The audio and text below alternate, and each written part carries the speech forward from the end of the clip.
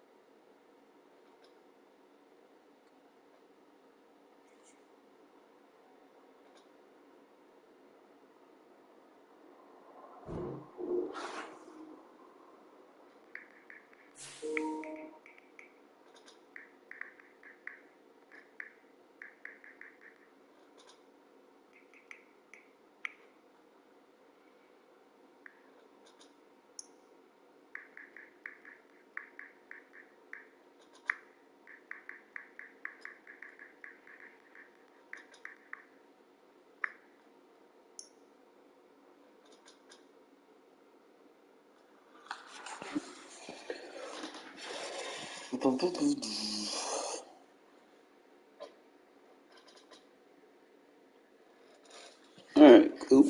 Here we go.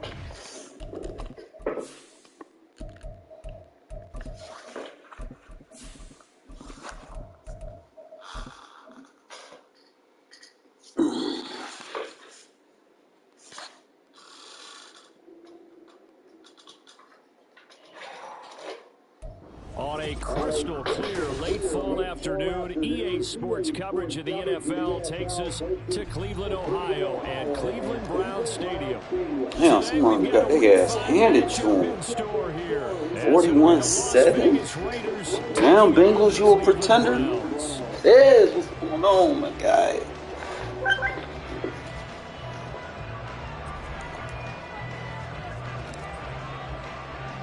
Seems like we were just starting training camp, but here we are in October, and off we go on EA Sports. They'll elect to bring it out here from the end zone.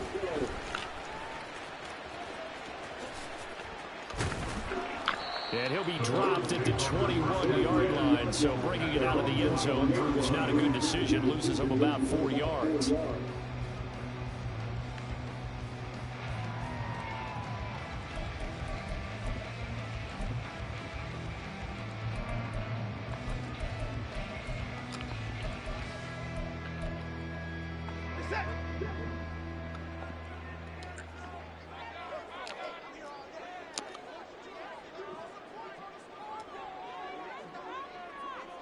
Motion man left, Peoples-Jones.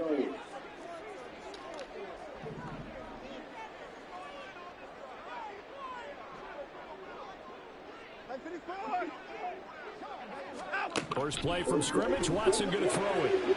Got an open man, that's David Njoku, the tight end. And he's going to get a solid gain of 9 before being brought down. Second and right in a yard. Well, this defense for the Raiders, they were terrific a week ago in that victory over Tampa Bay, Charles. And one of the key numbers that I look at after every game, total yards allowed. They held them under 200 yards of total offense. Just couldn't sustain much of anything against them. Great job showing them different looks and then attacking. From the 32 now, here's 1st and 10. To throw is Watson. And that is incomplete. The Browns have 1 and 3 here in the early part of the year. They were winners their last time out, so they'll be looking to make it 2 in a row. And so much about football, partner, comes down to mindset. Being in the right frame of mind, and the best way to get in that good frame of mind, winning. So they come in feeling good. They've got the home crowd behind them. I think they're going to be tough to beat in this one.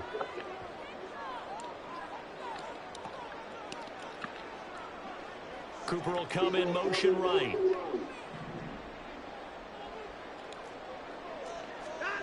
Here's Watson. Oh, the ball comes out on the hit, but they'll say it's incomplete. You look at this Raiders defense, and they've shown the ability to play tough against the pass, currently ranked number 9 in the NFL. You have to like the way that they've played in the first month. They have to be very proud being a top 10 unit against the pass. Their goal, though, in this one, see if they can improve that ranking. So back-to-back incompletions, and that has them staring at a 3rd and 10. Here's Watson. Drops this underneath for Pollard. And he slips up past the 45 before being tackled. 2 first downs have him up near midfield now on 1st and 10.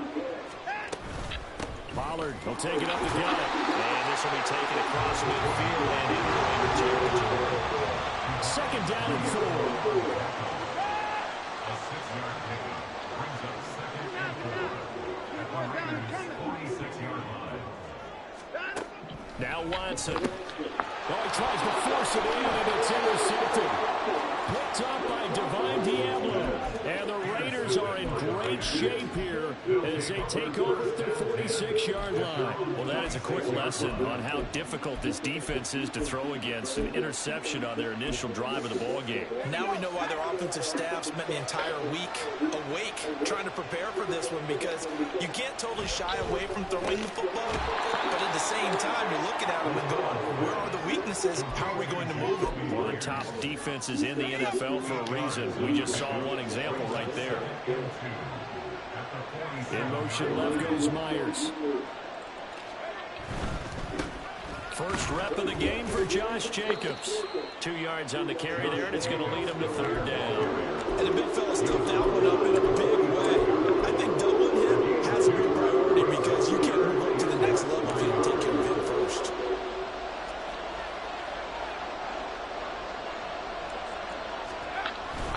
Try to run forward with Jacobs. And he's got the first down yardage before he's brought down at the 42. Give him 3 yards and a fresh set of downs. Well, partner, what do you think? Might have been 4-down territory if they didn't pick it up, but... Yeah, it's a moot point now. I was curious, so if they didn't get it there, would they have gone for it? I guess we'll never know. Yeah, we didn't have to make that call, but I have a feeling both of us would have said, go for it. Now a throw on 1st down there, but it's incomplete. Not a great start dropping his first target, but let's face it, it won't be his last chance, because he'll get opportunities to make up for that one throughout this game. Throwing on 2nd down. Here's O'Connell. He finds Rivera. And they'll wind up getting this one all the way down inside the 20. 23 yards the pickup there.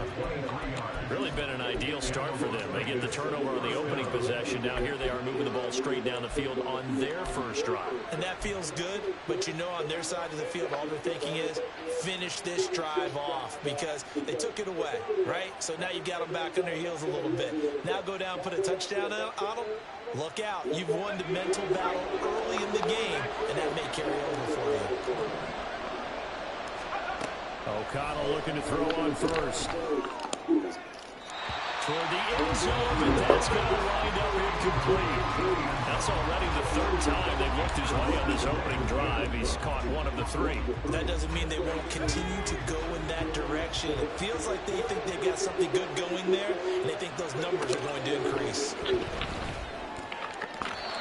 a 2nd down throw for the end zone, but it's incomplete. They're giving some different looks here defensively in the early going. He's only hit 2 of his first 5 passes. With a big third down coming up, he's hoping he's got a play dialed up that can take advantage of whatever the defense throws at him.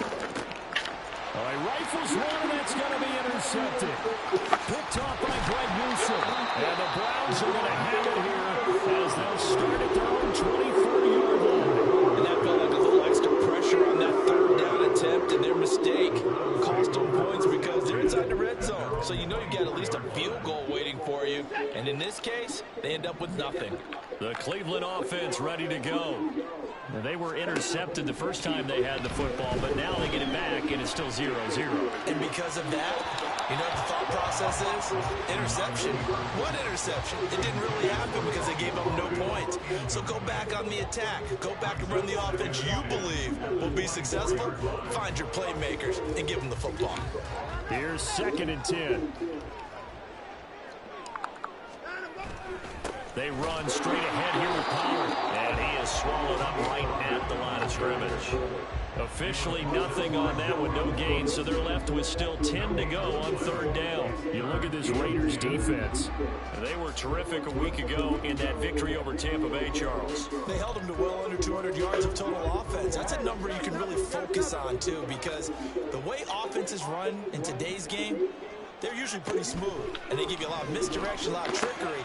They're able to hold in there and stuff it. And he is stopped just short on 3rd down. Got 9 yards, but needed 10. A gain of 9. It's 4th down.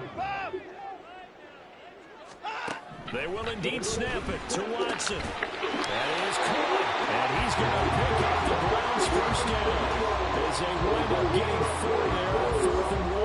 A big roll of the dice on 4th and 1, but it pays off. They convert. 37-yard line.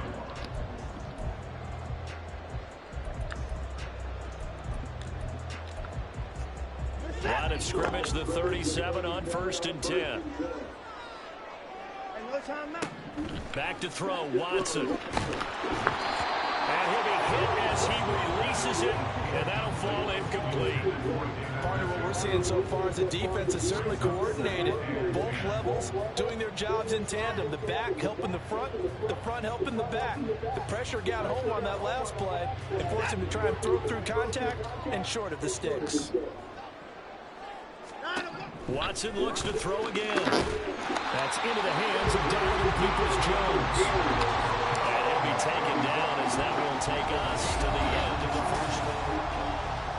On to the 2nd from Cleveland. It's the Browns in control of the football as they've got it with a 1st and 10.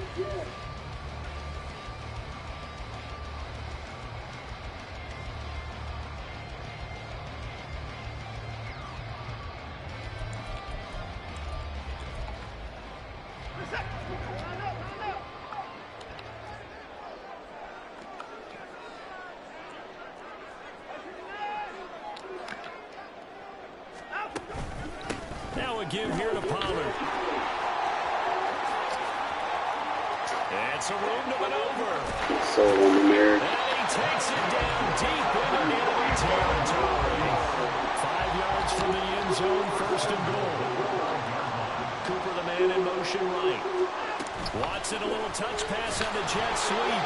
And he's just going to run right into that big old defensive end. And that play going nowhere. Well, I think the hope is, with a touch pass like that, maybe you catch the defense off guard, but they were all over that one. And it is the kind of play that works better against certain defenses, and this clearly was the wrong one to run into. Really nice job getting him down behind the line of scrimmage.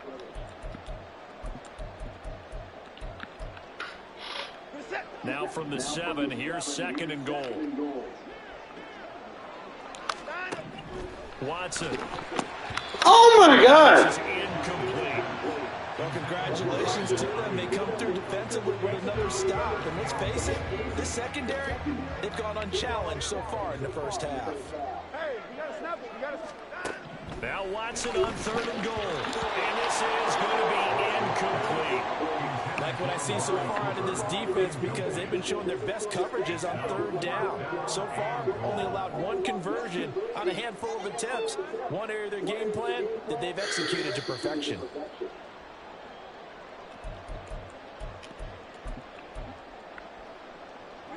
The offense stays out there.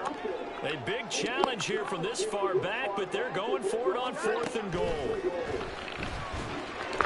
Now, meanwhile, they go for it on 4th down, and my goodness, incomplete. They can't hook up here on the 4th down pass attempt, and this 11-play drive is going to lead to nothing on the scoreboard. The Raider offense set to get this drive started. In a close game like this, Charles, those interceptions like they had on the last drive could be costly, but here they've got another opportunity to seize control of this game. And they better take advantage of it because otherwise, if they end up losing by one score, they'll relive this over and over and over until they have another opportunity to wipe it away. They run. It's Tucker. And a great job there to read that one defensively. They strung him out, would not allow him to cut upfield. 9 yards to pick up there, and it's a first down. Adams, the man in motion right.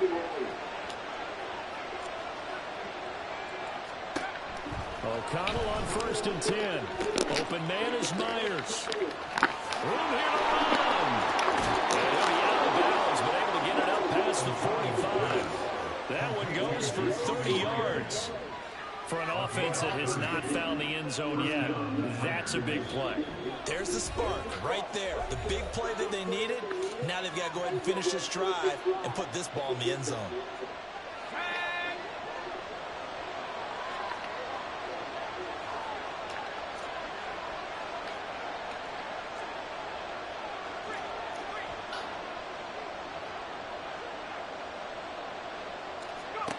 First down throw, O'Connell. And his throw here is incomplete.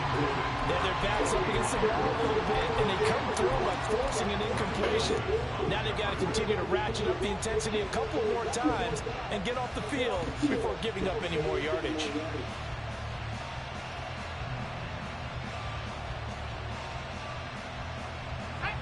Second and 10.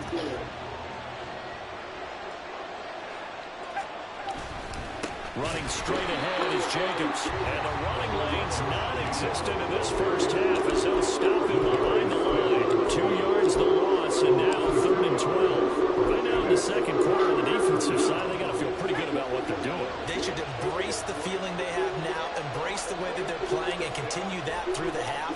I know defensive coordinators, sometimes they overthink it, start wondering how they're going to be attacked. Just keep doing what you're doing. Hey, Connell, set in. You selling today? Oh, we got you right. These two defenses in this first half, the fireworks don't have to be just offensively. Neither one of them give it an inch, and that's good coverage once again there to force another 4th down. He gets us away. It's a good one, drawing toward the sidelines. That'll be out of bounds, and how good was that? They'll say the 3-yard line. That's where they spot it. That is how you flip field position. That's an absolute bomb of a punt. Downs it inside the 5-yard line. Absolutely ideal. From that position, you're hoping to get it down inside the 15, inside the 5. Superb. The Browns drive about to get started. We've seen both of these offenses still sort of in that figuring things out phase, but I suspect some action on the scoreboard soon as they start out here 1st and 10. Credit him with a 1-yard gain there to make it 2nd and 9. Second quarter, 2 minutes to go. Tie ball game. Now 2nd and 9. Another timeout. Now it's Watson. He's got Njoku over the middle. A gain of 8 there on the play. And that will bring up 3rd and 1. It's a gain of 8. Brings up 3rd and 1.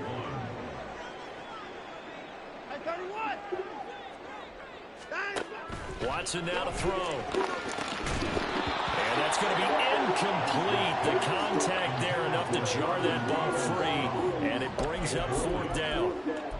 Oh, I thought he had that one, and that was nearly a big 3rd down conversion to give this drive some life. Instead, they're on the spot and help separate the receiver from the ball. And Bojorquez on to punt as he gets it away. Here's more on the return. A big kick there. We'll call it 56 yards on the punt. And it'll be Raiders football, 1st and 10. The offense for Las Vegas about set to begin the drive. Tie ball game, still a little more than a minute to go in the half. The question, can they put something together here, try to take that lead into intermission? I would have to think that would be the goal for sure. I don't think you sit on anything here. Here's your opportunity. Push it downfield. As you mentioned, it's a tie game. So minus a disaster on your part, you've got that in your back pocket. Go ahead and try and get some points and feel great going into the half. Now O'Connell. Looking left side, and he's got a man. That's Jacobs. Yeah, he's going to be out of bounds, but not before he takes it inside the 40. That one covers 24 yards. It's a 1st down.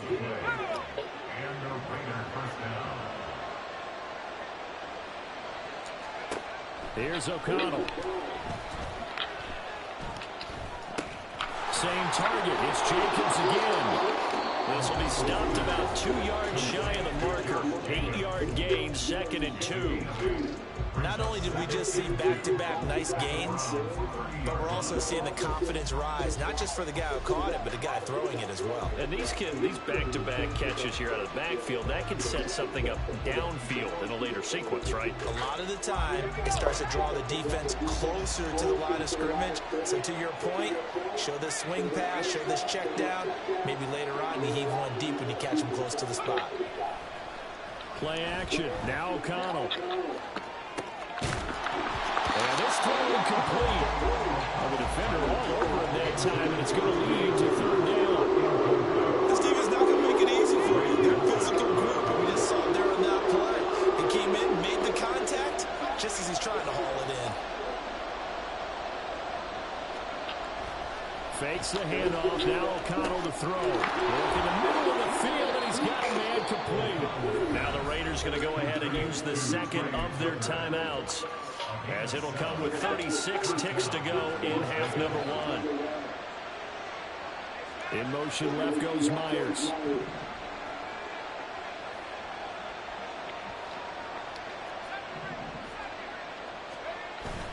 And they go play action here with O'Connell. Escaping the pressure right. And he'll just get rid of it. So it looks like they started some fight in them on this series because it seemed like things were headed for the red zone. But this defense gets 2 more stops. They can keep them out of that area. And they'll run with Tucker. And he is out of bounds. Looks like right at the 15. 9 yards, not quite enough. And they'll be left now with 3rd and 1. Anytime the offense shows what they call a shot play or a chunk play where they're trying to get big yardage, sometimes people just call it gadget plays, and you hold it to a gain that we just saw there, you feel pretty good about yourself as a defense. Trying a little razzle-dazzle on 3rd and short. And he'll take it into the end zone for a Raider touchdown. Trey Tucker, as the first half is winding down. And the Raiders have taken the lead here in the final stages of this first half. Josh McDaniels, he's got faith in his offense, and he's going to have them go for 2. And they'll try a little razzle-dazzle. And he will get in to make it. It's going to get you out of that baseline.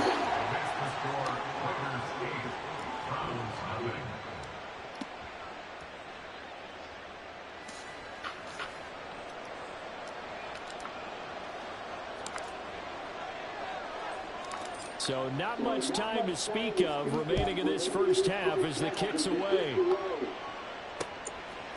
And here comes a return from just beyond the goal line. And ultimately, he stopped right where he would have been if he had simply gone down to a knee at the 25.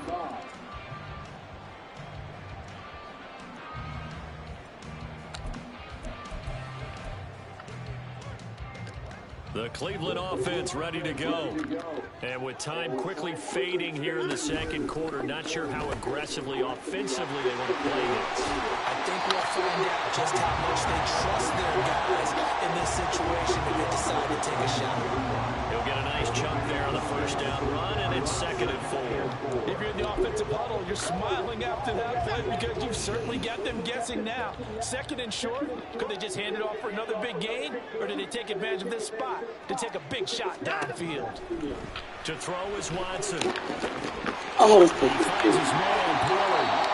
And with just 4 seconds left in this first half, a timeout call.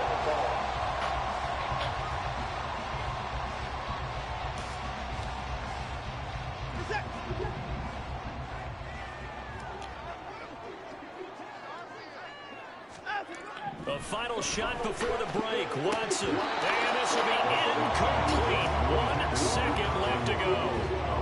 So another incompletion there. He's hitting on fewer than half his pass attempts in this one, and that is not a winning formula. Yeah, so let's make sure we give a little bit of credit to the defense here. They're giving him a lot to think about, a lot of different looks, and he seems a little bit confused trying to complete passes.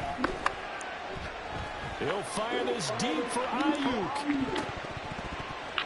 And that is incomplete. And that'll do it for the end of the second quarter. This is the NFL, and it's on EA Sports.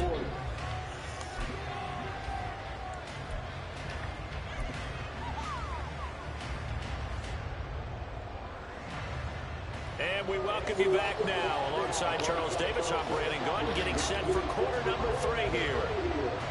The Raiders with the lead already, and they will get the football here as the second half is now underway. Returning from his end zone is Barner. And not a great return here. He'll make it back only to the 10-yard line. Anytime you feel the kickoff inside your own end zone, you've got to be decisive about whether you're bringing it out or not. Sometimes that indecision can really cost you. That may have been what happened on that play. The Las Vegas offense ready to start this next drive. This offense set to begin the third quarter, and Charles, if they had a checklist of things they wanted to accomplish in the first half, certainly at the top of that list would be having the lead, and they got that here. That's always the most important box to check, isn't it? But also, they've had some success in their passing game, so probably an empty box, establishing the run. They're on pace for fewer than 100 yards in this one, so now they want to make sure that they get that going, so they truly have a control in this ball game, and down the stretch, being able to be balanced. Either throw it or run it and try and win this ball game. They just do get the playoff as he'll look to throw. He's going to go for a big play downfield. Oh, and that is incomplete. I like the thought process there. They connected on a big play, and sometimes you find the defense vulnerable. So they went for the bigger shot, went for it all on that one. This time, they were ready for it. Here's Tucker. And take this to the other side of midfield before going out of bounds. Give them 12 yards that time, and a Las Vegas first. Well, that play looks familiar because we saw them working on it in practice this week. And for a lineman trying to block on this play, they love when they get the defense moving in one direction. And when they try and change directions, it's a lot easier to pick them up and ward them off. Throwing on first down, O'Connell. He gets this to Devontae Adams. And he's got this down to the 35. He was held without a catch in the first half, but he's got one here, and he also picks up a first down. Throwing, O'Connell. And his throw is going to be incomplete.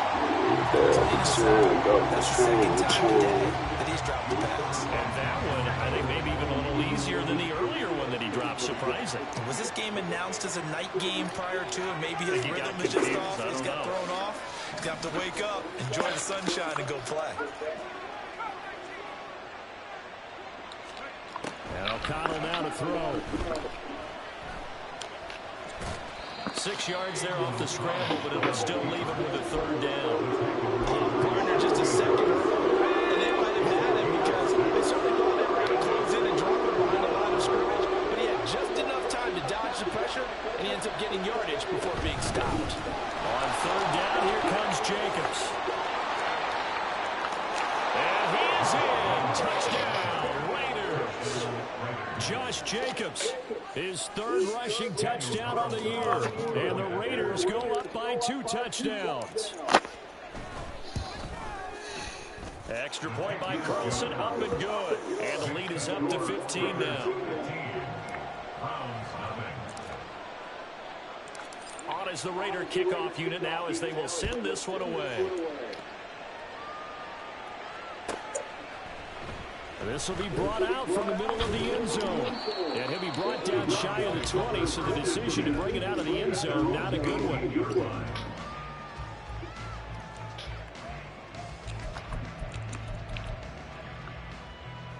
The Browns drive about to get started. Well, the opposition laid down the challenge and opening drive touchdown here to start the second half. And, Charles, now you feel like this group needs to get an answer because this all of a sudden is a two-score game. Yeah, you're right about that. It was a small, manageable spread to overcome. A little bit more daunting now. I think you're exactly right. Pressure is on because you don't want them getting the ball back with a chance to really extend this lead out. And that'll be incomplete. We do have a penalty flag down, however. Let's see what that's about. So now it's 3rd and long, because remember, they also lose a down on the grounding call. Here's Watson. Into heavy traffic, and it's intercepted. Picked off by Trayvon Merrick. And his guys are going to get the football at the 28-yard line. And right about now, you start to think, and maybe they're starting to think, gosh, maybe points aren't going to happen for us in this game. Well, it's a thought that is worth having because so far in this game, this defense has not just had the upper hand. They've appeared to be a step ahead, maybe even 2 steps, to everything they've done. They've had an answer for everything this offense has thrown at them. A throw left side to start the drive is complete. Call it a gain of 3 on the play, and that'll make it 2nd down. Not a big window to throw. Coverage wasn't too bad there. Yeah, they had him under wraps pretty well, but somehow able to muscle his way open and catch the ball. O'Connell to throw on 2nd down. He finds Rivera. Touchdown. A great play there. His 4th touchdown on the year. And the Raiders are able to strike quickly to add on to their lead. Carlson down to add the extra point.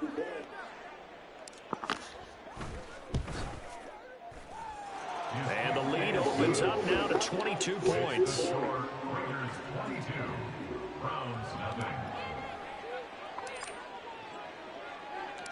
The kickoff unit is out on the field, and they will send this one away. And we'll see a return here from the end zone. And only able to get this to the 19, so probably should have opted for the touchback.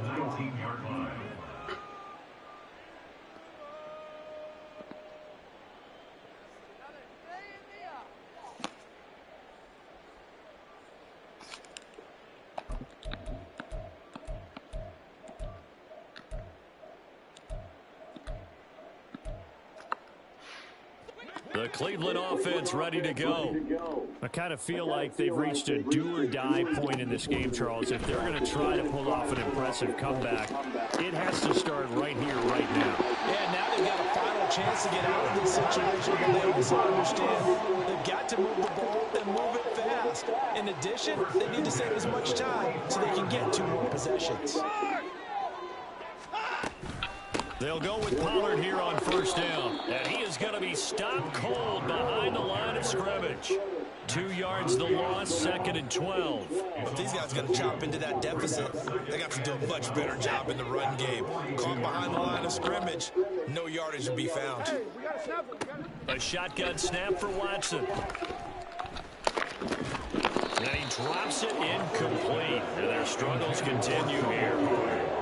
They certainly aren't letting up today, partner, because they've forced big turnovers already, and it's been incredibly tough for them to get yards against, let alone put points up on the board.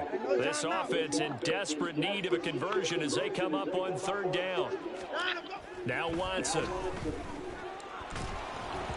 And that one behind his receiver and incomplete. And there's another stop. One of the league's best defenses is certainly bringing it again this week. I guess they figure they got to start taking some chances. Here's a big one in this 3rd quarter as he'll go for it on 4th down. He's got his target. That's complete. And they're well past midfield, just a yard or 2 shy of the 40. That's good. Again, it's Watson. Steps away. It's incomplete. I don't know. Took a shot, couldn't connect. I really don't. His impatience has to be bubbling over, trying to find a way to get his team to the end zone for the first time. He did find a way to They did a get patch outside update and buy his today. receivers a little extra time, but the connection I was couldn't be looking made at on that. that throw. Third quarter action. Appreciate you joining us from Cleveland, Ohio. Second and 10. Now a Just timeout not called reliable by the information. defense. It's just their first, so 2 remaining as they burn one here in this third quarter. Now it's second and 10. They'll fake the handoff. Now Watson. That's over the middle and caught by Ayuk. And he's going to have another first down as the tackle comes at the Raiders' 28. And we're back now here in Cleveland. A lot of folks starting to make their way to the parking lot. Their guys trail big here to begin quarter number 4. Faking the give. Now Watson. And he's going to be intercepted a third time. And the Raiders are going to have it here at their own 9-yard line. Well, just another reason to celebrate there on the defensive side with the interception, and this is a game that they clearly have firmly in their grasp. Yeah, a lot of handshakes, a lot of hugs, a lot of smiles. It's been their day. O'Connell looking to throw on first. He's going to let this one go deep. And that is incomplete. Took a shot there on first down, but he couldn't reel it in. So after the incompletion on first, now second and 10. From the shotgun, O'Connell. And hauled in here by Rivera. He'll get only 3 there, so it leaves him with a 3rd and 7 ahead. So 7 yards from the first down here as they come up to the line of scrimmage.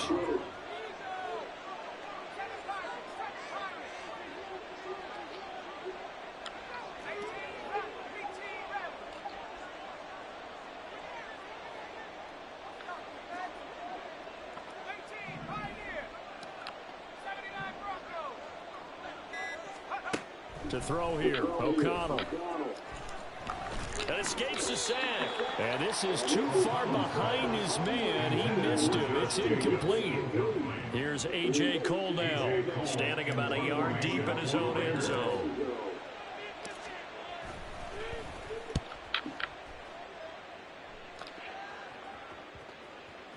And the punt goes out of bounds, so no chance to bring it back, and they will spot it at the 24-yard line.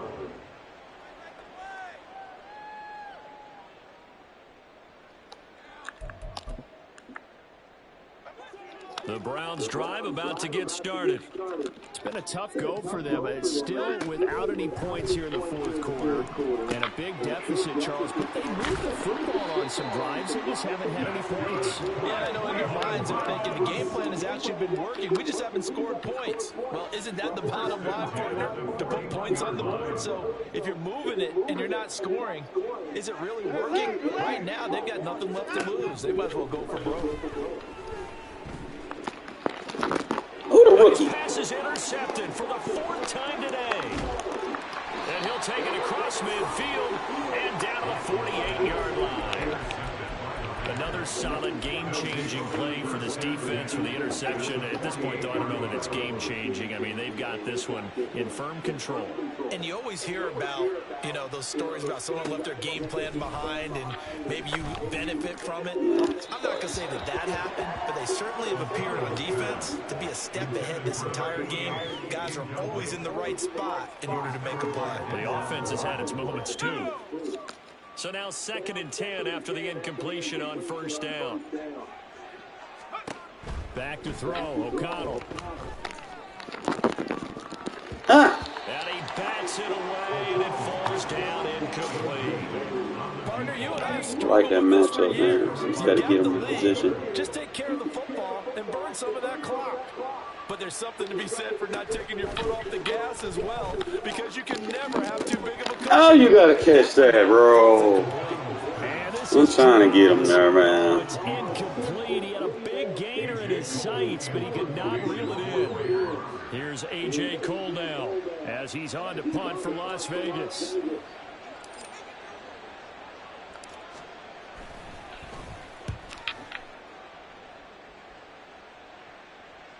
This one angles out of bounds in a good spot in the coffin corner. And they're going to mark this out of the 5-yard line. That is how you flip field position. That's an absolute bomb of a punt. Downs it inside the 5-yard line. Absolutely ideal. From that position, you're hoping to get it down inside the 15, inside the 5. Superb. Throwing on first down, but this one winds up to be incomplete. And that's another play that's painted the picture of this game overall. It's been a blowout. It's been continually fueled by big turnovers and stops for one side and an inability to advance the ball from the other. So they'll come up after the incompletion for second down. Watson off play action. Finally hauled down for the first time this game. Multiple defenders in there to drop him. Remember, throughout my career here in defensive coaching, I always say, guys, you got to earn the right to rush the passer. Well, they put themselves in a great spot with this big lead, and they know they've got to throw the ball. These pass rushers have to be salivating. It is pin your ears back time indeed. Hey, 31! From the end zone, Watson. And now here's another interception. Picked off by Trayvon Merrick. Well, there's two sides to this coin. I mean, on one side, 5 interceptions now thrown for him. That's tough. But, man, this defense, they have been ball hawking and impressive. But, Charles, let's flip it back over. If you're coaching a quarterback that's struggling this much at this stage of the game, do you maybe try to get him out? That was that. I wanted you to press him, bro. Man, 6'5". Big body receiver, he's going to get off that press. And the Raiders are closing in on a 4-1 start as they extend their fourth quarter. You got to get used to on the rook. A nice throw there by the second-year quarterback. And I don't believe that was the kind of play he would have made as a rookie, because usually your rookie season is a continuation of your college days. A lot of one read, and if you don't have it, you just take off and go. Now he's settled in the pocket a little bit more, reading the field and getting to a second and sometimes third progression. That was a nice play. Out is the kickoff unit as they run up and send this one away. And this is going to be returned from the middle of the end zone. And the decision to come out of the end zone is going to cost him 5 yards as he's taken down right at the 20.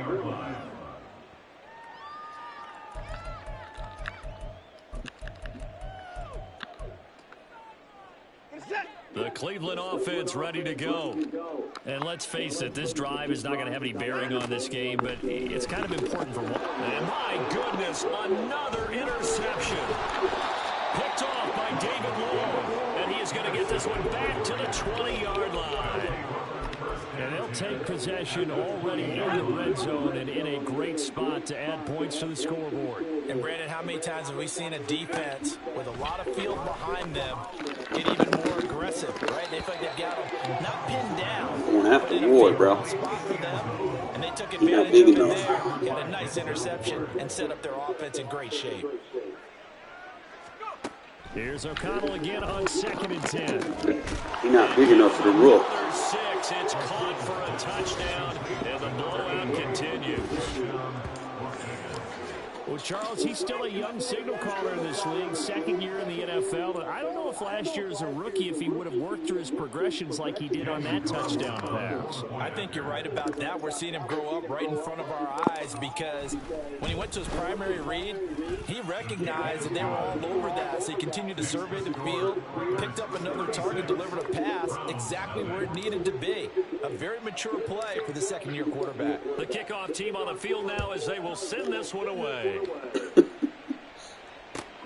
Yeah. Here comes a return from a few steps into the end zone. And this will not be a good return. I'm trying to get my guys as hyped as possible. I got the Chiefs next In week, this so position, trying to get back into the game, teams are looking for a spark from their special teams. That's not what they got, though. They got a setback, and they have a long field to cover if they want to try and put points on the board. The Browns drive about to get started. Well, I hate to say it, but at this point, I don't really know that they're playing to win this deficit in the fourth quarter. They're just trying to erase that 0 on the scoreboard, Charles, and get some type of momentum to carry into the film session tomorrow. If you get any type of points on the board, it'll count as a moral victory, although no one will talk about that in the post-game press conference. That's not something you mentioned in the NFL. And this loss, it already stings and will for a while, but everyone on that offense knows it'll sting a lot worse if they don't put some points up on the board. Another throw on second down, and this one incomplete as well. I just don't understand why he traded Chubb, man. It's the foundation of that team. All the interceptions and more incompletions. It just doesn't look like things are in sync out there. I would agree with that, and it's not a good day when you feel like an incomplete pass is almost a... In trouble here, and down he goes. Back at the 8-yard line. Multiple defenders there to drop him for a loss of 4. The Browns send out their punter now as he'll kick it away for the second time. Returning it is Moore. Oh, come on. So a change of possession here on the punt. And the Raiders will take over now, 1st and 10.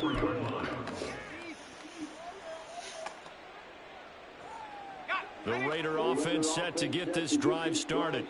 And it would seem as if their 3-game winning streak is about to go to 4, but still a little work to do as they start 1st and 10. And able to get this one across the 45 before he's brought down.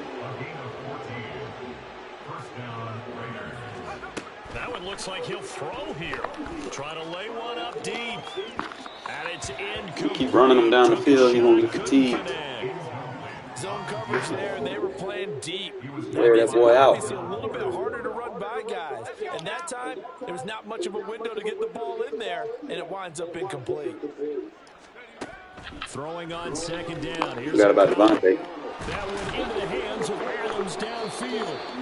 And they're going to have another first down as he's going to be tackled at the Browns' 25-yard line. That'll be marked as a 27-yard pickup. To the air again with O'Connell. And he overshot him there. It's out of bounds, incomplete. Partner, in the sportsmanship handbook, there's something to be said for calling the dogs off in a blowout. But these defenders, they also know this is the NFL, and it's their job to stop them, whether they're in the game or they're down by a handful of touchdowns. Throwing left sideline complete. It's Rivera. Now the Raiders going to burn their 3rd and final timeout. That'll be their 3rd and final stoppage here as we step aside. Well, they probably don't need to run a play here, but you wonder if they're going to be able to resist on 1st and goal. Now O'Connell. This is caught. 3 yards is the gain that time. 2nd and goal. And quickly they get to the line. On 2nd down, O'Connell. He goes right back to Adams. That's complete. So that'll be no better than an incompletion. And that'll bring up a 3rd down and goal. Jacobs will take this one in for a Vegas touchdown. What a luxury it is to be able to call a bowling ball like Josh Jacobs down near the goal line. 5'10", 220 pounds, and he's not afraid to get in there and get the tough yards. Finishes off this drive with a touchdown run. Extra point by Carlson, up and good. And this one was over a while ago as they just add on to that big lead. On is the Raider kickoff unit now as they will send this one away. And no effort to bring this one out. It's a touchback. At their own 25-yard line.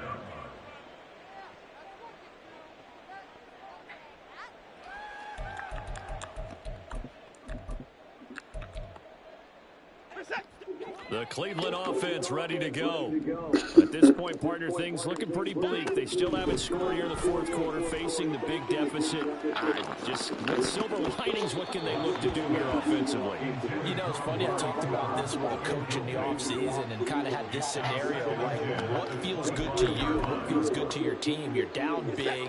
You really have like 1 possession left, and you're trying to put points on the board that don't matter.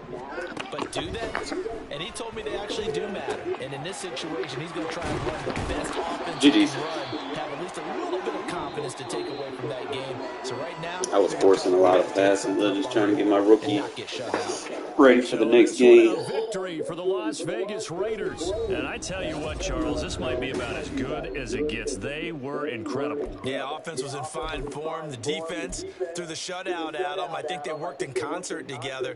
What I like about the offense was they held the ball pretty well. You know, time of possession, exactly what they were looking for in this one, and that helped out their defense. Didn't have to be out there the entire time. So when you do that, you're out there fresh playing, off a little extra spring in your step, and it showed up in this one. They had a ton of spring in their step. Impressive victory. Ayers and Mason both get sacks. So for the Raiders, they boost their record up to a strong 4-1. And they'll have another road date next week with the Kansas City Chiefs. Meanwhile, for Cleveland, they'll fall to 1-4 with a loss. And they'll be on the road next week for a matchup. See where we at. See if anybody got some progress from that, or see where we going.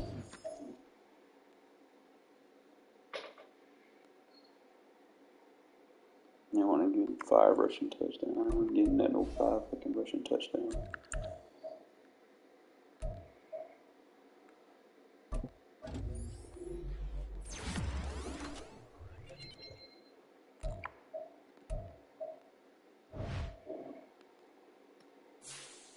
Not really. They scout themselves.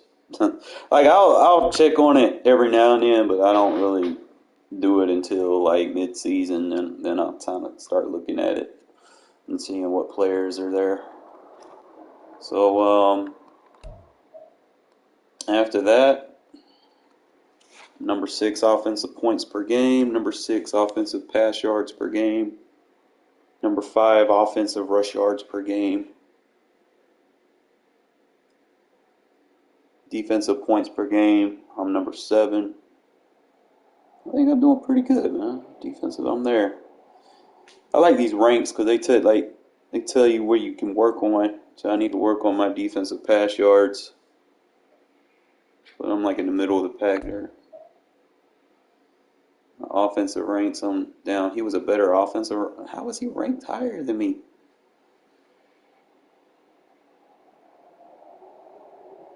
He's got more passing touchdown, but I balance out and I run the ball too. That man got 23 giveaways. Jeez. I have the number 3 defense in the league right now. We can live with that. Only allowed 7 touchdowns. I'm number 1 in the league in sacks. Top 5 in takeaways. Middle of the pack in red zone D. I think I'm pretty good, fellas. Oh, man. I'm trying to figure out what happened to the Bengals user, because he got mollywopped. I was expecting that to be a better game. Appreciate y'all tuning in, fellas, as always, man. We get to play the Chiefs in 2 days. Maybe sooner if everybody gets their game out the way, but 2 days. Probably a kid, man. Like, see if we'll see, man. Let's go look. Schedule. Team schedule. But that's how you do it, Dallas. You go in and you're gonna have some rocky roads. Like I had a rocky road game last week against the Bucks, but I did what I had to do to win. This one, I was just trying to get turnovers, and Dolphins. Like I've had, man, my offense can put up some points now. I've had two games,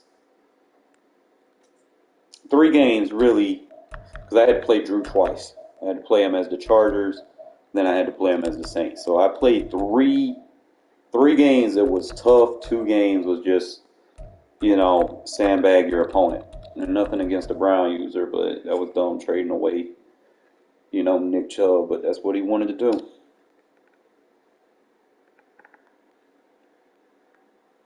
Man, you going to get that shit with Howell, man. Nobody throwing passing touchdowns like that. I balance my shit out.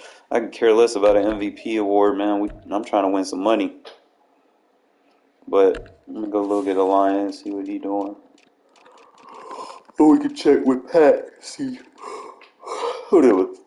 It was the Titans. He hasn't played in 2 weeks, bro.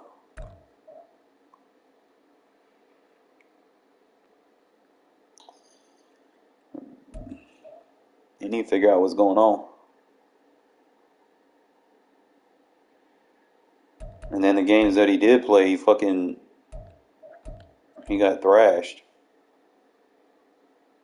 Dude, Texans, man, you need to kick that dude, bro. Nothing against him, man, but this man, the games he did play, he got destroyed. Come on, man. He only scored 3 points in 4 weeks, man. Like, seriously. You need a fucking Titan user that's gonna tighten up. Man, it sound like you in your feelings about that, bro. Like, games I know that I can pass, I'm gonna pass. Like that game against the Browns, he kept leaving Ward one-on-one with a 6'5" receiver. I'm gonna take that matchup. I could care less if he got an ability. You know, I gotta get O'Connell legitimate somehow. So I'm not gonna spam runs. I mean, I got 2 running backs. I mean, we good on our running backs. Like, I ain't gonna sit there and spam until the end of the season. Solid on my ball distribution. It's like everybody get a piece of the pie over here. I'm trying to get them involved more. What's up, ENT? That rookie got 6 tutties on the year. This what's up. He ready to fill Devontae's shoes. I gotta have someone because Devontae getting older. Let's see, defense. That boy Mason getting.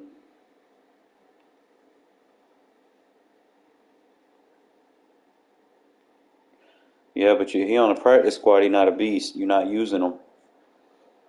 Like everybody contributed in my sack department.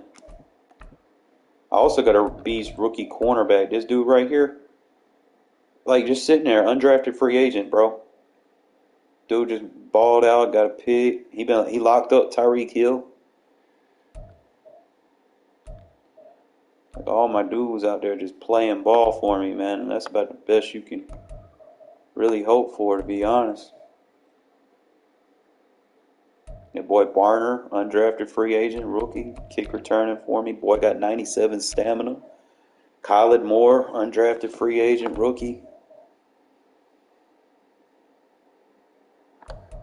I'll be using them boys, man. They out there balling for me.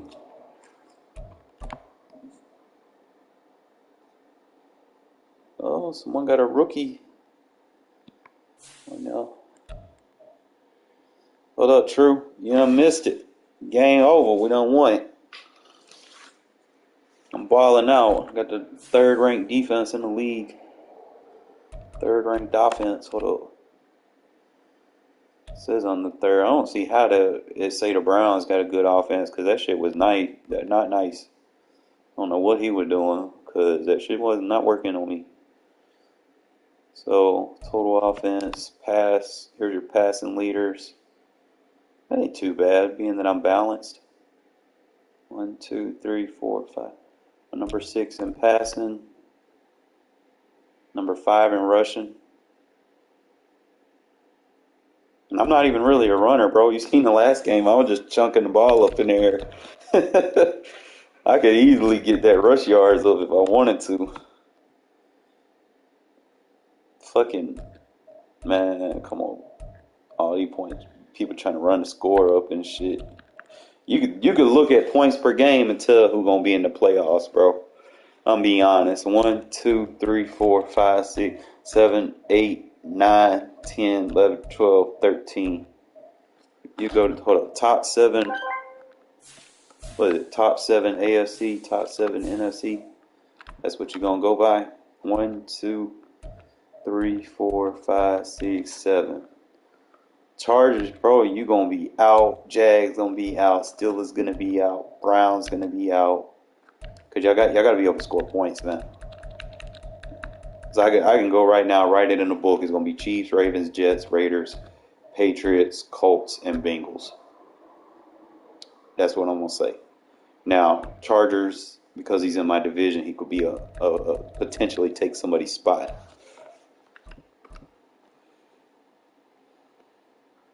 The Chiefs slanging that bitch. But I lead the league in rushing touchdowns, and I'm not even a runner. Make it make sense, fellas. In the AFC, I don't know what they down. AFC and NFC, I'm number one in rushing touchdowns. I'm not even a runner, man. How y'all let that happen? Ugh. Top three in first downs, obviously. Yeah, I just played my game, so it probably won't be like that for long. Gotta wait till some of these people play their games so we can get a fair total yards. I cooked that boy, man. That's just defense up.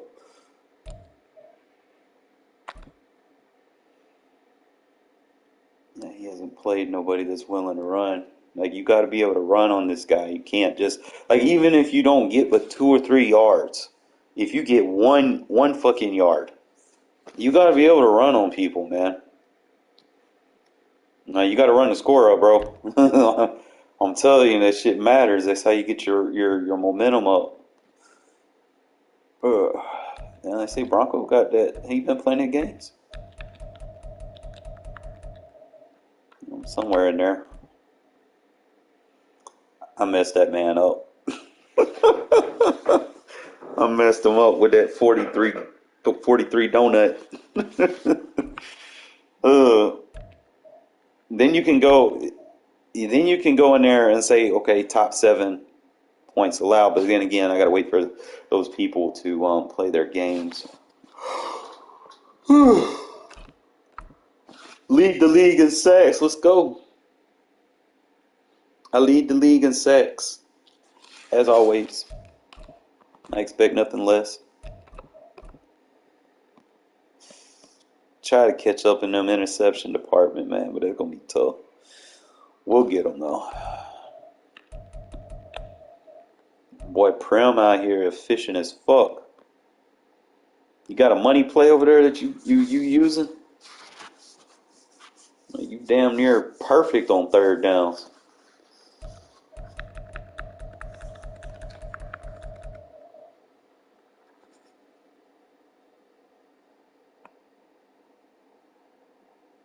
Third down, not really a strong suit for me.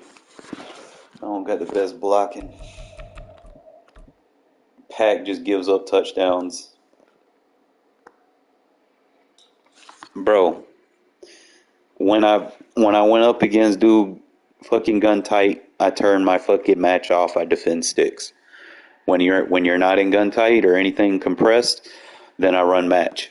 That's 101 right there for you.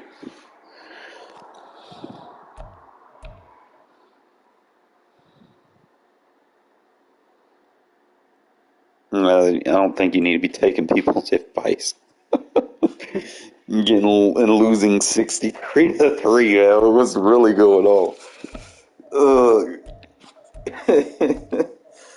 I mean, I ain't trying to bash you.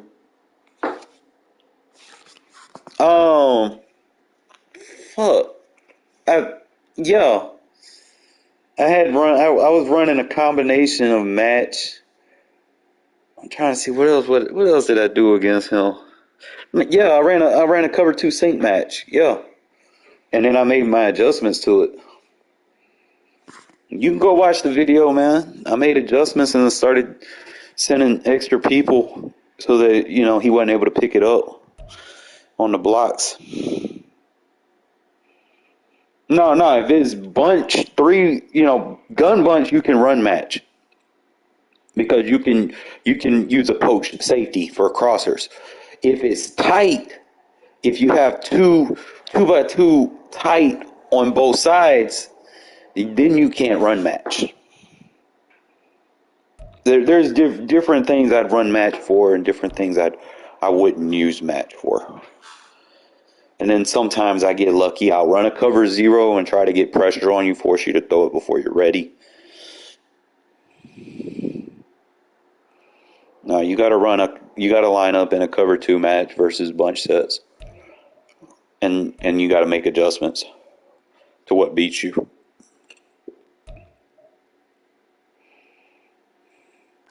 Match destroys bunch sets. What are you talking about? Cover 2 match.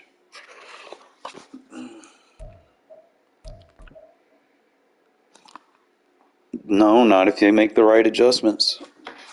All I got to do is line up in the cover 2, and I'm automatically in the advantage. I don't use tight. If it's tight, I turn match off so that you don't bring me in to out. But bunch, I can evade that rule.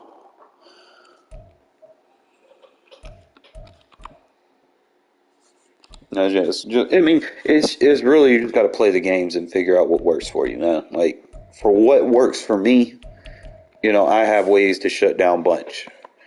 Because, for one, if you've been following the channel, I used to run bunch a lot. So I know what it's weak against. I know that it doesn't pass block very good. Especially on next gen, because you can't block that tight end without motioning him and motion him back. You have to do too much to block the tight end, and then if you block the tight end, you're going to make my coverage bracket even better. So, do you really want to do that? At the end of the day, sometimes you got to be willing to risk it for a biscuit. Send some pressure, man. Don't be so adept to just be bend but don't break. Because people, some people will just dot you up. They don't mind taking the 5-6 yards.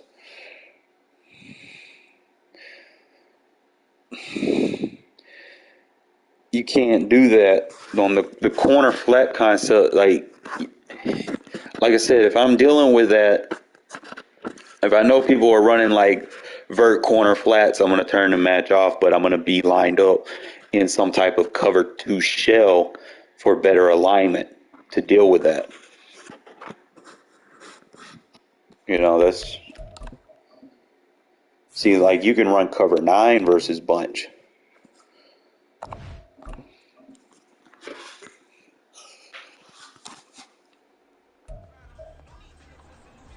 Like, just try to show y'all things. Like, there's different things you can do. Alright, so... Here we go.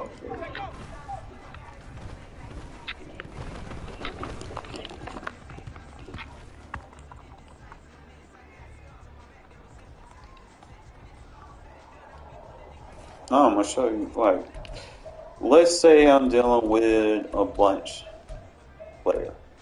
I'm going to run cover, like, if I want to do it out of big nickel, I'll run cover 9, so I probably won't have a gun bunch on here. If I do, it's going to be one of these weird sets. They might not have a corner flat that...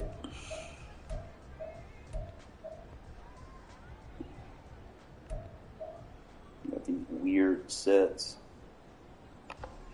Let's just say I've got a wide corner. So cover 9, it should look like that. You should have a cover 2 on the bunch side. So all I have to do is play this inside quarter. I gotta turn my match on. Fuck, it's off right now. If I'm off, it's gonna get pressure. Big nickel gonna get pressure regardless versus bunch set. So, but I gotta turn my match on.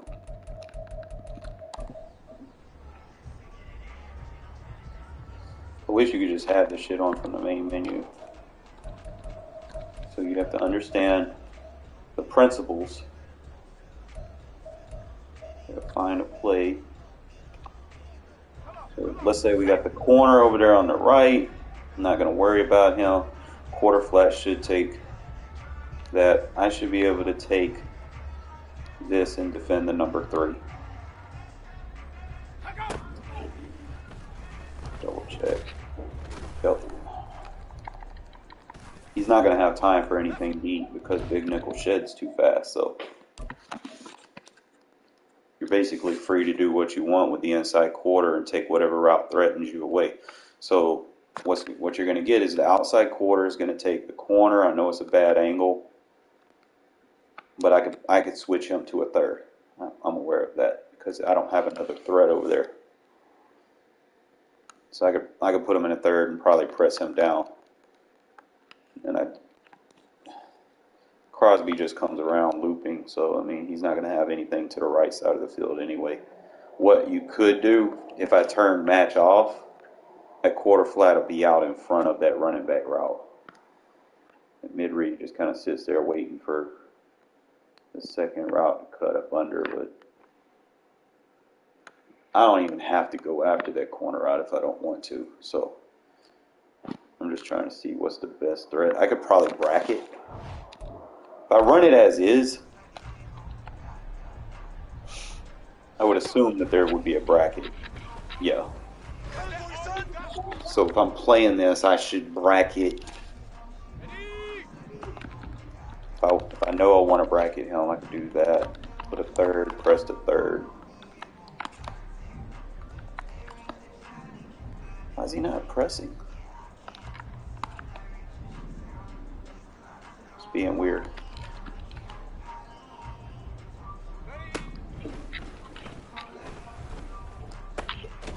See that match outside third, you're not throwing that corner on it unless you have like another route concept.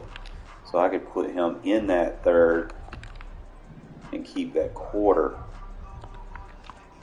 There we go, so he can press now.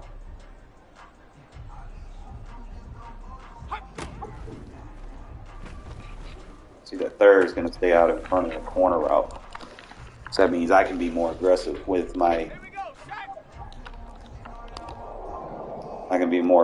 his safety and bite down. If he wants to drag to the running back, I would take it and the flats are covered. That's one option to defend it, all right? And that's for sets like that, compressed Y flex sets. If it's anything with their receiver is lined up outside the numbers, I'll probably play like a dime. So let's say, I don't know if they have like a regular bunch, because it goes based off of whoever my opponent is. So it's going to have some, I'm going to be seeing some weird playbooks.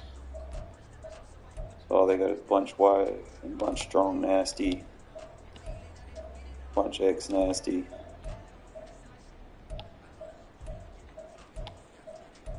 Bunch of weird. Let's go bunch Y flex. Just go random play.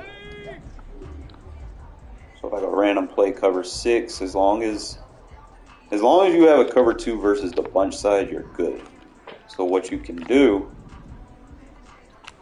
so let's say I want to send pressure, I could decide to match the tight end up with the safety, bring the safety down, jam him with a defensive assist, and everything. Like, you'll give the 2 and 3 yard passes up, but do your opponents really want to sit there and dink and dunk the whole game? Like, that's really what it just comes down to. It's like, are they willing to do that? You can come down here and defensive assist because I know that soft squat's going to match up vertical. And it just clamps down. You're not going to get too far in front of it with a lot of stuff that you want to do. Now, if you get to a position where you know that, okay, he's going to keep spamming that, well, let me put a hard flat on. Yeah, this is what I ran versus the Bucks, the cover 2 defense. Now, there was different things that I did with it. See, that time I put the hard flat. As long as you got a safety that can get over there and hit, you should be fine. Or I could do it like this. I could use the safety over here, put the hard flat down there, and then use the corner. Just don't give them the tail. See, now you're running stupid screens. What the AI 10 want to do. Let's start mixing shit up. I don't see like a regular bunch. Let me get out of here and go into regular practice mode. Hold up. Because CFM practice mode is cool and all, but they keep switching playbooks up. It's like they try to get you ready for your opponent, I guess. I don't know what the fuck that shit is, but AFC West is still the toughest division. It was the toughest division last year.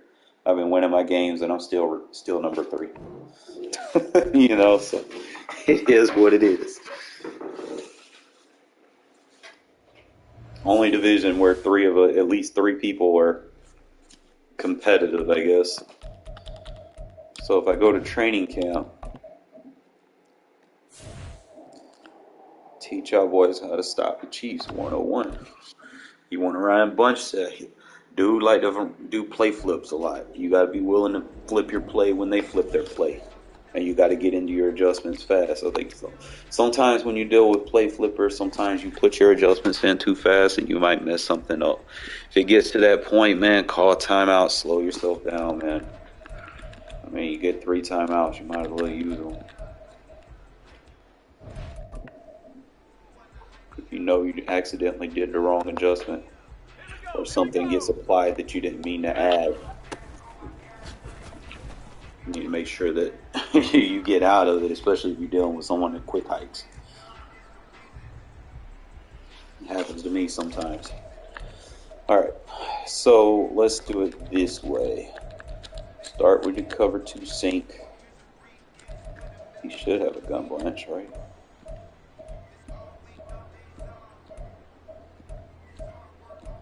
They got bunch by flex.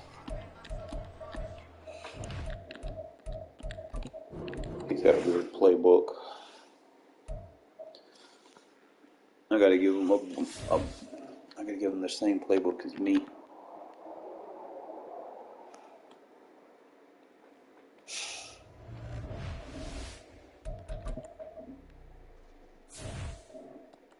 I just have to do it me versus me until I find someone that's got like a regular bunch.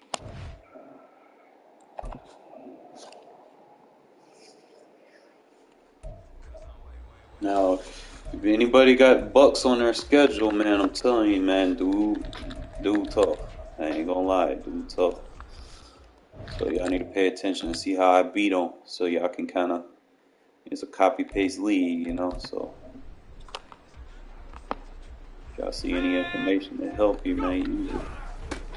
Because I damn sure don't want to see that dude in the Super Bowl. That shit was hell. That was hell, dealing with that shit. Alright, turn match on. Pretty sure we got gun bunch. Just go random play. Alright. Slide. This is the blitz. Should look like that. If I do that, I want to press him. It's got to look like that. Okay. And if I want to defend the number 2, if it's a situation where I want to defend the number 2, like if I know he's running verticals, I can put him in an inside quarter and he'll defend the tight end. And he'll be sealed off with the vert hook, so he won't be able to quick pass it. That's if I know it's verticals. If not, then I'll leave him in the deep half, and then I'll just kind of control what I can in front of me because I'm blitzing off that backside. Your game plan is just kind of see what he does.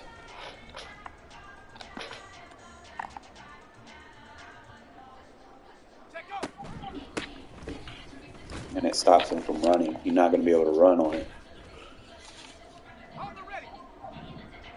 Shit.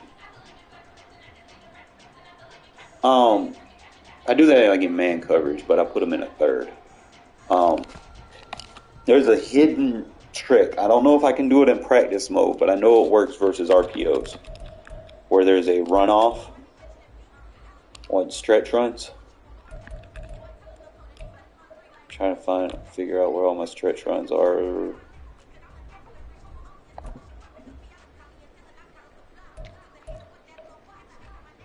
Try to find one with a runoff.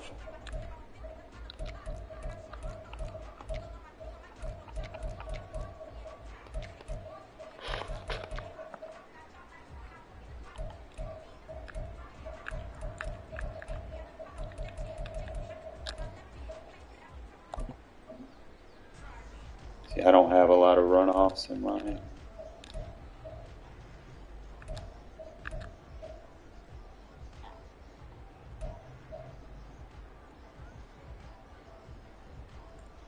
I'm going to assume that that's a runoff. All right, so if I press shade inside and then put 2/3 on the field,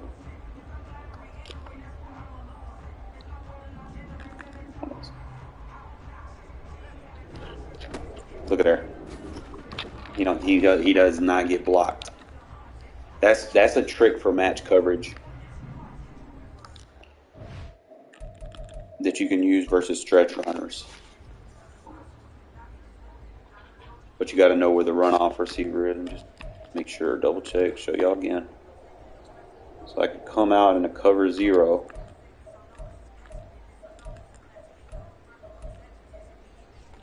This works. So all you got to do is press, shade inside, and have 2 match thirds on the field. And they're not going to get blocked. They're just going to walk off of them, and then they're going to seal that run fit. Okay?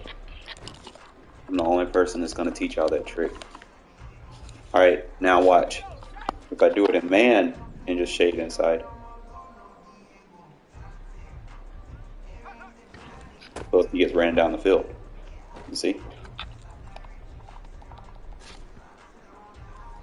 That's why you want to use match coverage for the run to deal with people that run the ball. So if you turn the match on and put the thirds, and this is not shading inside, he's still going to get a relief because match coverage plays the run aggressively. Now,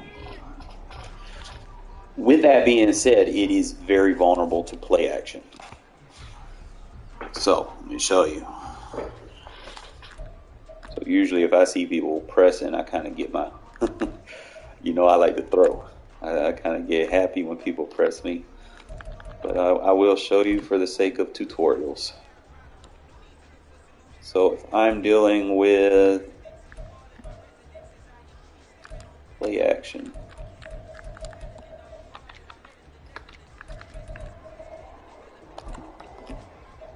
obviously I gotta find one.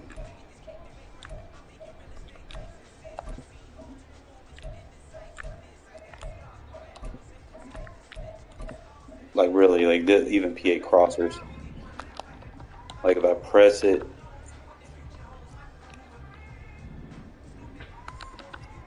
and I put any type of match zone on the field with a press assignment, they tend to play lower than they're supposed to. They get beat off the line. So the play action is going to give them enough separation, so it's hard for me to track the ball. Whereas I'd usually be able to get it. Now that wasn't a good animation. I might try to I got to find a better one. Let me just do it from like a regular base defense.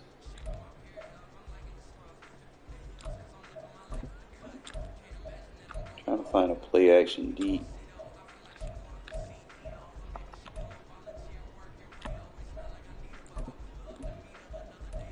Here.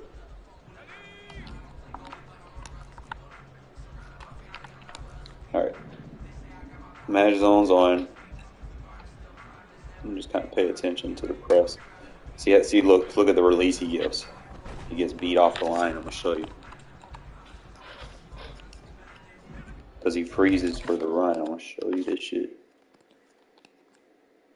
See, he'll freeze on the run. So that's what you got to be careful for. It's when you got to deal with that. Now, if I go that same route concept versus a regular match third, if I know it's just a straight pass, and I do that, I think I got the Z spot and go.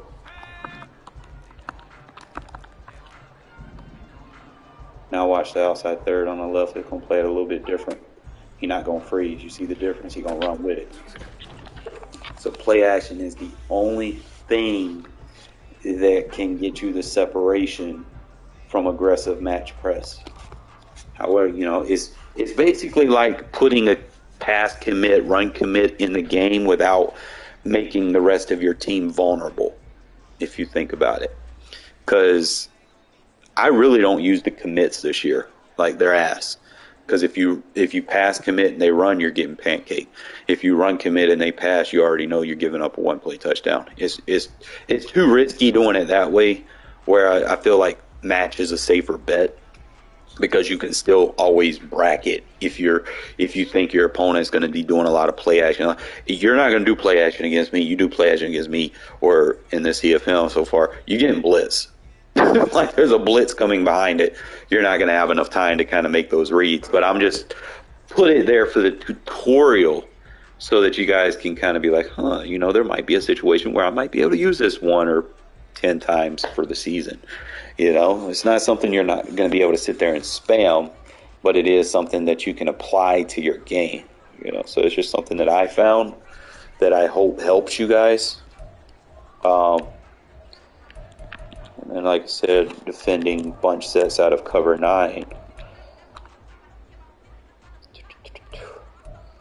If I'm dealing with a corner, corner flag. If I could find one. I think that's the only one I got is a Z spot. So it should be like that. And all you got to do is take the deep half and take the corner. And you should get brackets over there. Now, if I want, I trust that press match third. If I know it's a pass, I just like doing the press match third as an ISO adjustment, because you're going to play it a lot better. Now, I could take that cloud off, and I could run a soft squat. I mean, you can run play action. I ain't saying that you can't. I'm just saying, if you're playing someone that's comp and they blitz a lot, don't use play action animations. You can cancel play action animation out. So that soft squat a little bit better than that cloud. That's why I like that soft squat lingering right there. If they go to that flat, that soft squat's going to pick it apart. Now I could do a press quarter. See what kind of animation they give me. And Bennett's not my best. He's not my best ISO corner. I still got to get his press up. But he is viable. Like he need to be the trip side. So if I'm playing bunch, he needs to be over there on the right, and then I need to put Hobbs over there on the left if I know that's what they're doing. So it'll be 39-0. Do it like that. Knowing your team helps a lot too, I'm dealing with the corner out. I know Hobbs is going to get a better jam, and then I can just take that cloud and make it a soft squat, so he'll penetrate down on the flat. And I can take this high. That was a bad angle by me. That's my fault. If I don't want to do it like that, I can run it like an invert. Okay, so I could put a third and a third press, and then I can play the flat. So I can bite down on the flat at this point. You see the difference? It still covers the corner. It gives your user more, because you're going to be closer to the ball. All you got to do is just get down to the flat. So he hikes it, we take the flat, and just defensive a stick. Now he ain't got nowhere to go. See that? Because you already know big nickel, it get block sheds. Like you're not going to be able to hold big nickel for too long. The minute you get out of that pocket, they coming before your routes even open up. And as you can see with those adjustments, the press third on the ISO takes that away. You're going to get bracket over the top help. And by this point, the outside third's pretty much got that corner locked up on that other side. It's like the only person that doesn't do anything at this point is that vert hook. So, with that being said, I could opt to be like, okay, I want to man him up because I know this vert hook ain't going to do anything. I go ahead and press him, and then I can take this vert hook and walk that receiver down the middle of the field. So boom, I know he's going to come up the middle of the field. You got him manned up, he's covered. So I mean, there's different ways you can improvise how you want to take things away. Because with match coverage, you already know where your defender is going to be. You know, you ain't got to sit there and be like, oh, I got to use her this route. I got to use her this route. I got to worry about three routes coming to the middle of the field trying to pick my user apart. You ain't got to do all that, man. All you got to do is just make an adjustment. And I could be like, okay, I want to cover him in man this time. You know, I already know he's going to run a corner route. I don't have to worry about that. I can go straight to the flat. I can get a bump on those two guys. Look at her. That's just boxed. Just improvise how you take away what your opponent's doing. Like, there's no right or wrong way. Like I said, I can man him up, put the third for the corner, and then I can play down to the flat. I can get a nice little jam on them too in the process, which is good because you get a free zone chuck. There's different ways you could do it. So I can do it like that. I'm going to get a free zone chuck on either 11 or 16. And it's going to create a block shed.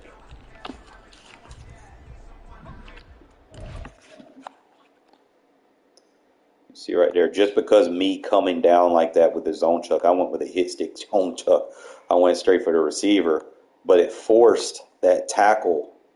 That's where the block shed will happen, because those tackles start worrying about you, and it just becomes havoc in the backfield. You know, but I'm not going to show y'all fellas too much. There's other things that I do know that I'm going to keep in the laboratory until I get it all figured out. But, you know, it's just stuff out there that you can do with match coverage to be creative and not have to worry about someone being butt naked open. You know, it's not like if I ran a stock zone, people would sit there and they would run fucking beaters on that shit all day long. You know, like they would sit there like it's the common shit. Like people put their little YouTube plays on. They always do it versus the fucking stock coverages, the no adjustment coverages. Like you'll go look on these big channels and they'll be like, here's a beat cover 4 for a one play touchdown, beat cover 3 for a one play touchdown. Why are y'all running that shit, man? Everybody got one play touchdowns for that stuff. Stop it.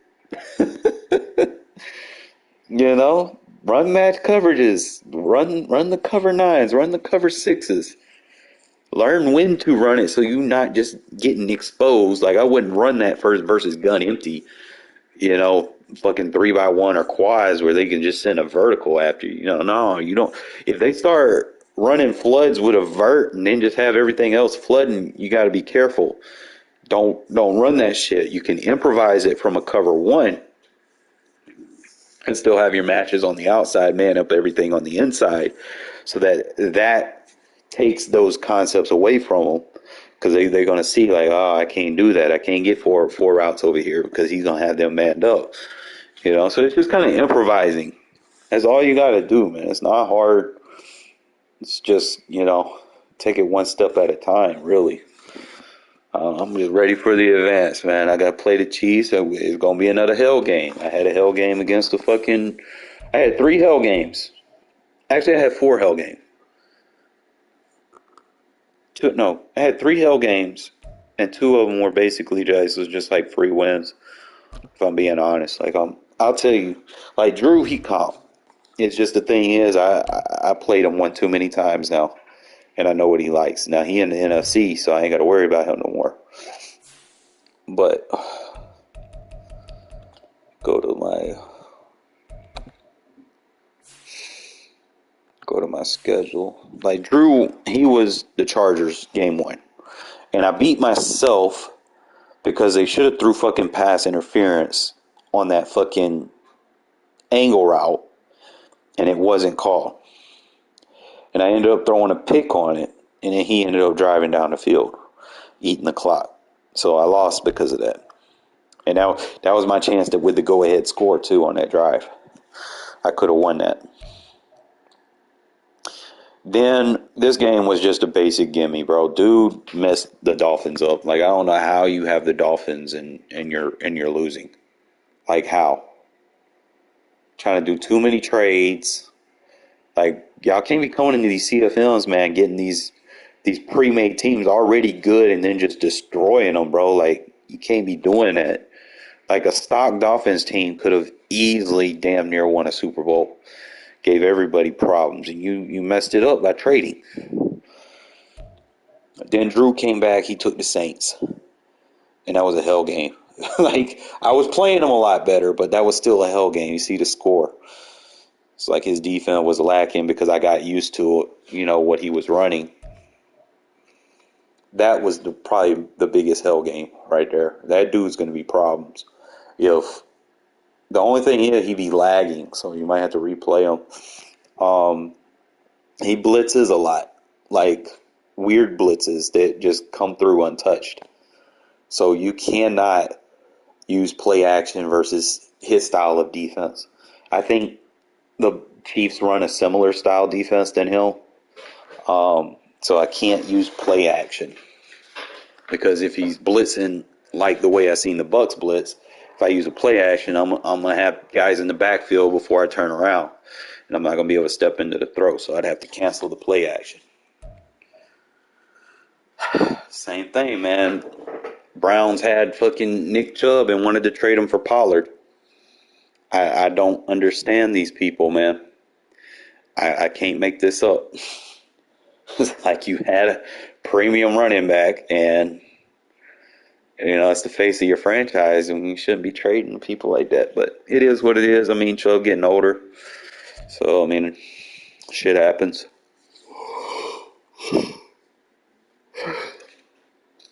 I get to play him at his stadium early in the year, so that should be a change.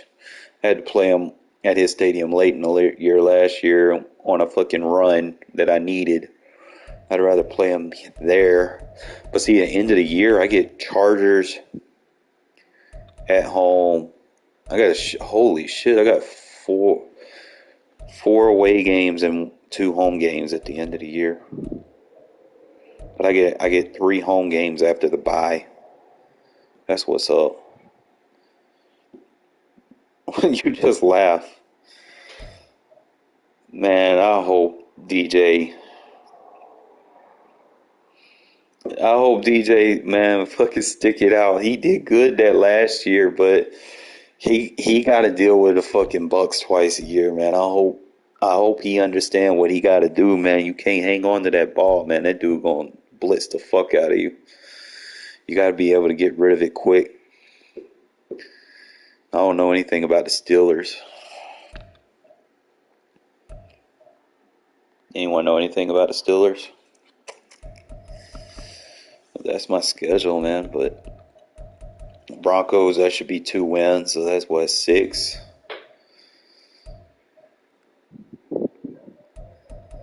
Trying to see. That should be 7. Now I get to play Bengals and Ravens back to back. That's going to be hell. Like, look at his schedule, man. This shit is hell. I got to play Chiefs twice. I already had to play Bucks and Saints. Now I still got to play Chargers again. I don't know what the Steelers. I don't think he's good because I think the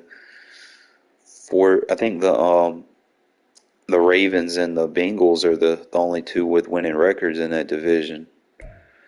He was in the playoffs last year. Well, he's struggling this year. I don't know what got into him. He hasn't won a game yet. I think he got blown the fuck out. Then I got Chiefs. That's a win. That's going to be tough. And then I get to play him. So it's gonna be interesting, man. Like I should be able to get, like I said, I went 10-7 last year. And I said that I went down on my goal to 7 wins, bro. But I'm confident I should be able to get 11 wins. So I got 4 wins. Let me just see my schedule.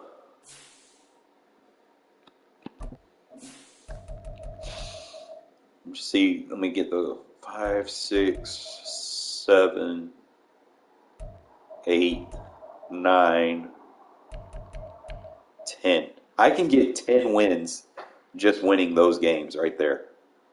So that's Broncos. I beat the Broncos twice. That's 6. Cardinals, that's 7. Falcons, that's 8. Nothing against you, DJ. Steelers, that's 9. I ain't even got to beat my division rivals anymore, bro. I get 10 wins. And I haven't even got into these games. These could be toss-ups. It's going to be interesting, bro. Like I said, I'm in a lap of luxury with only one loss right now. So I can kind of see how this shit's going to play out. But 10 wins was not enough to get me in the playoffs last year because we were doing forced wins way too much. And that shit ended up costing me. It put people in the playoffs that didn't deserve to be in the playoffs. How that man with the Dolphins 0-5, bro? How you lose to BRG, bro?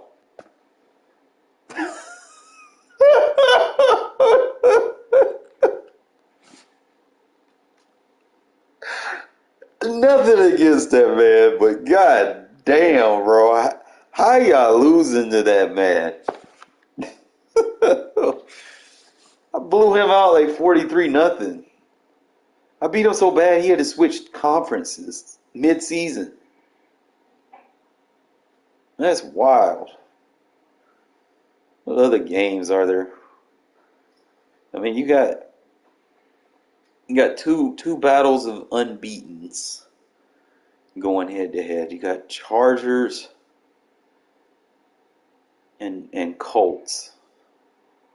Chargers, like that stupid strong close end around. So I'm already hip to that. Yeah, see, BRG got 2 wins, like, and he not good, bro. Like dead ass. He fucking sucks. But I don't know how he winning. Let me go look at this shit. Is someone playing for him or something? I think he got someone playing for him, bro. I seriously doubt.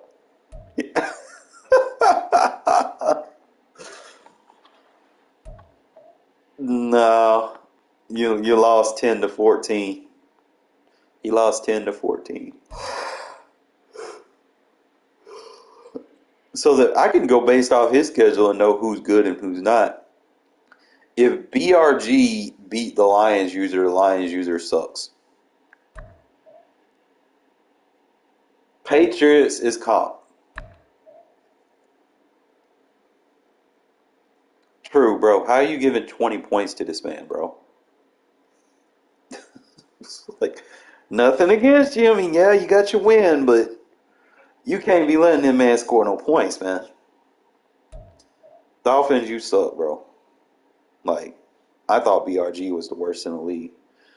You got the Dolphins, and you're 0-5, bro. What's really going on? Oh, shit. Let's look at these other schedules. Oh, he got a gauntlet schedule coming up. Let me see, where does it start though? He got Bills. You got the Packers. You got to play the 49ers. You get to play him again. You got the Jets and 49ers again. 49ers are going to crush them. Then you got to play Prim. Prim about to put 70 points on his man. Oh, man. You going to break that man's heart, bro. I already know. Shit, I beat him 43-0 last year, bro. Made him switch teams.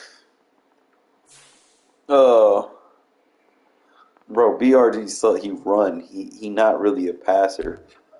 I don't even know what his stats are. I know he a runner. How y'all letting runners fucking look good? I don't know. Let me see. That man only attempted 72 passes. All right. I'm throwing that bitch.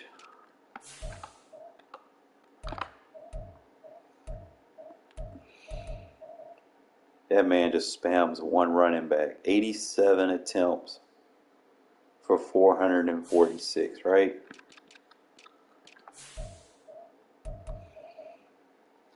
I split my carries, bro. Like I'm Josh Jacobs gonna get the haul, but you gonna get Zamir White. You gonna get some Trey Tucker. You gonna get Khalid Moore. You gonna get some other people touching the ball, man. So that Jacobs is fresh wheels by the end of the year. BRG was not 49ers season 1. BRG was he switched to the Cardinals. I beat his ass.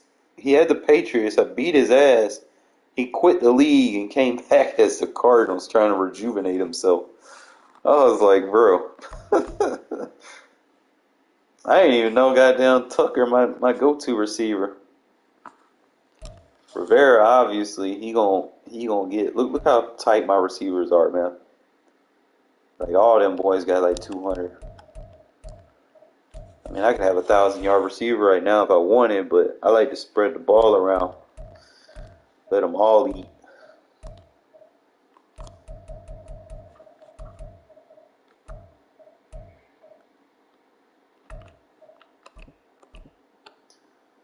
Wonder how many more reps I got to get with my middle linebacker schedule.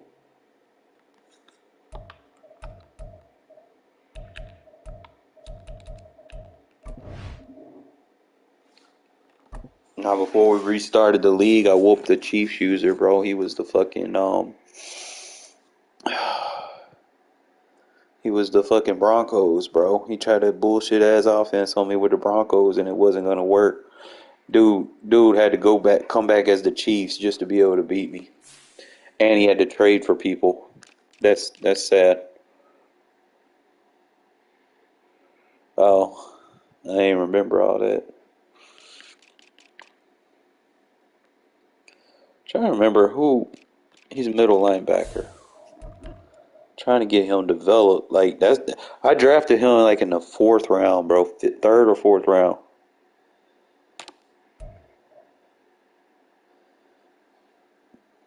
I got to get him some downs. I gotta utilize him more. I've only hit him used for 233.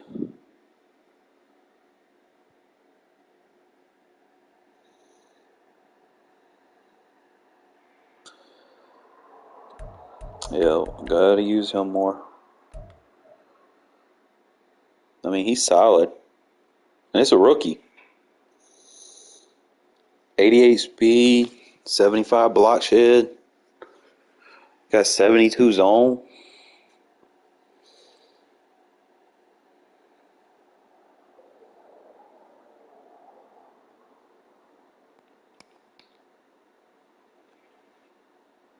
Got 83 agility as a fucking linebacker.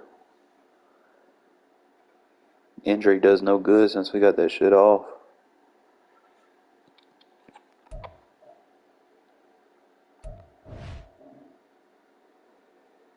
Oh, he's getting morale.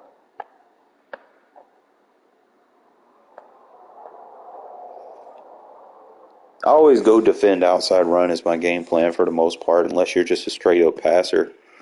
He about to get it. He about to go up to 75 overall. He almost though.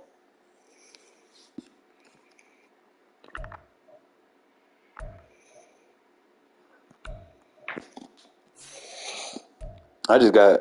He basically gonna replace Spillane. Like they damn near the same dude, but he got better stats than Spillane. He a better block shedder.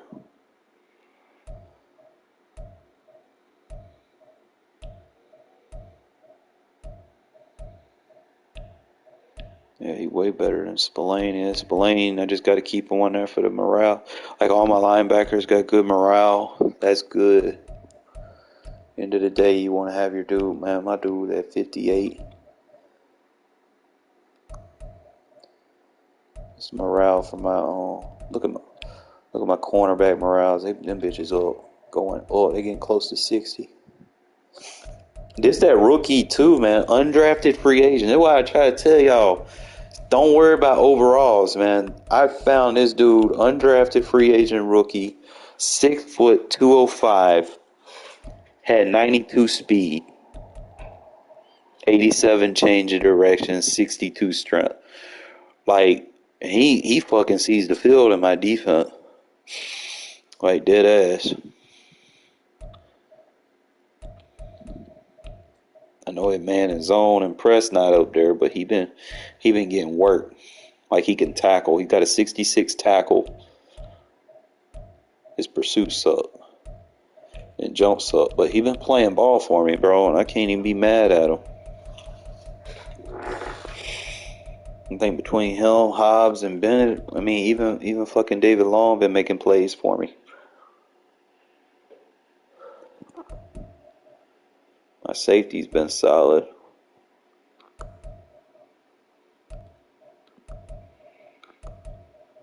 I don't really see too many weaknesses. Like I could, and see, I got some solid guys on my practice squad. I'm not sure if I want to bring anybody up. Like I just kind of balance it out, I guess. I even got a quarterback on my practice squad. Because somebody got to take Jimmy G's spot next year as the backup. Somebody. Javon Monroe. See, he fast, but he's just not strong enough. I can't start no linebacker with 66 speed, bro. 66 strength. That shit ain't gonna fly. Solid backup right guard.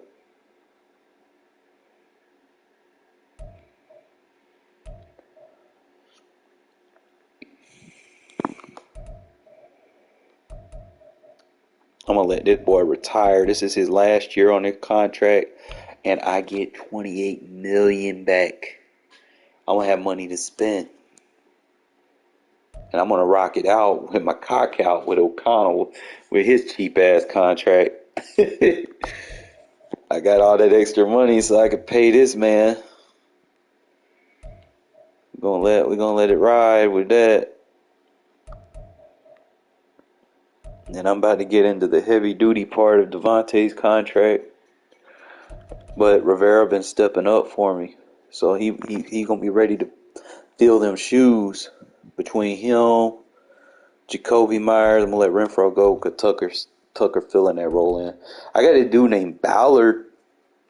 I need to start using him and see what he can do. Because Rivera's showing me he can do stuff. I got some solid tight ends, like 3 young tight ends, definitely ready to take over. Like this Allen and Bush, I've been using both of them. They pretty solid. So when Hooper go, we good.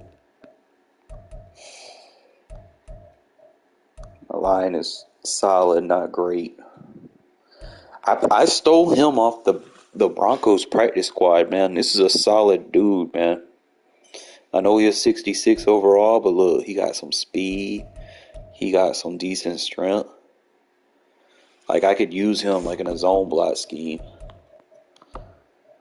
That's my first round pick right here that I got was because my right guard last year retired. So I drafted a right guard in the first round. And I think that was the best move that I could have did, bro. He had 91 strength. Dude been blocking his ass, and he not much of a pass blocker. He more of a run blocker. But I'm gonna develop him.